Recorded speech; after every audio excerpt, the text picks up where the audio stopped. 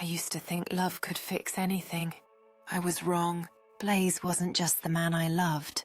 He was the man who made me believe I wasn't enough without him.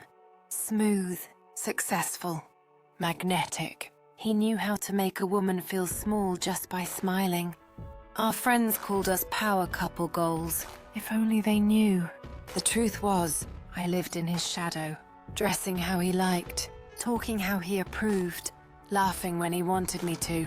It wasn't love. It was control dressed as devotion. One night, I found a message on his phone. Not the first, but the last straw. She'll never know it read, and attached, a photo of him with her. The same assistant he said I was too insecure about. My hands shook, but my face didn't. I smiled, deleted the message, and kissed him goodnight. Because that's when I decided I wouldn't scream, I wouldn't cry. I'd make him fall apart the way he made me. Silently, piece by piece. And when it was over, he'd look around and realize the woman he underestimated was the one. The next morning, I became someone new. I still cooked his breakfast, still kissed his cheek, still pretended to adore him. But inside, I was taking notes. Every lie, every habit, every weak spot. Blaze loved power, but more than that, he loved being admired. So I made him feel like a god again, showered him with praise, laughed at his jokes, gave him what he thought he wanted.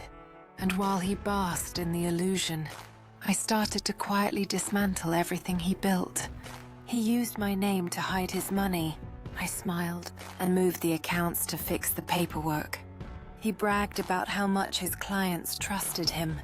I recorded every lie, every bribe, every deal. When he flirted with her in front of me, I didn't flinch, because by then, I already owned everything that mattered to him. His business, his secrets, his reputation. It was almost beautiful. The way he still thought he was in control. But my revenge wasn't about screaming or scandal. No, I wanted him to lose everything, while thinking it was all. 6 months later, Blaze's empire began to crack. Investors pulled out, clients ghosted him, rumors spread like wildfire. Quiet, deadly, and completely untraceable. He blamed everyone but himself. Meanwhile, I played the perfect partner, consoling him, rubbing his shoulders, whispering, "It'll be okay." Every night, I watched him unravel. The late-night phone calls, the shouting, the paranoia. It was poetic. He didn't know that every move he made only tightened the noose I'd built with my silence. The assistant, she left him. Of course, no one likes a sinking ship. And Blaze, he finally came to me, teary-eyed, broken, begging. He said, "You're all I've got left, Tori."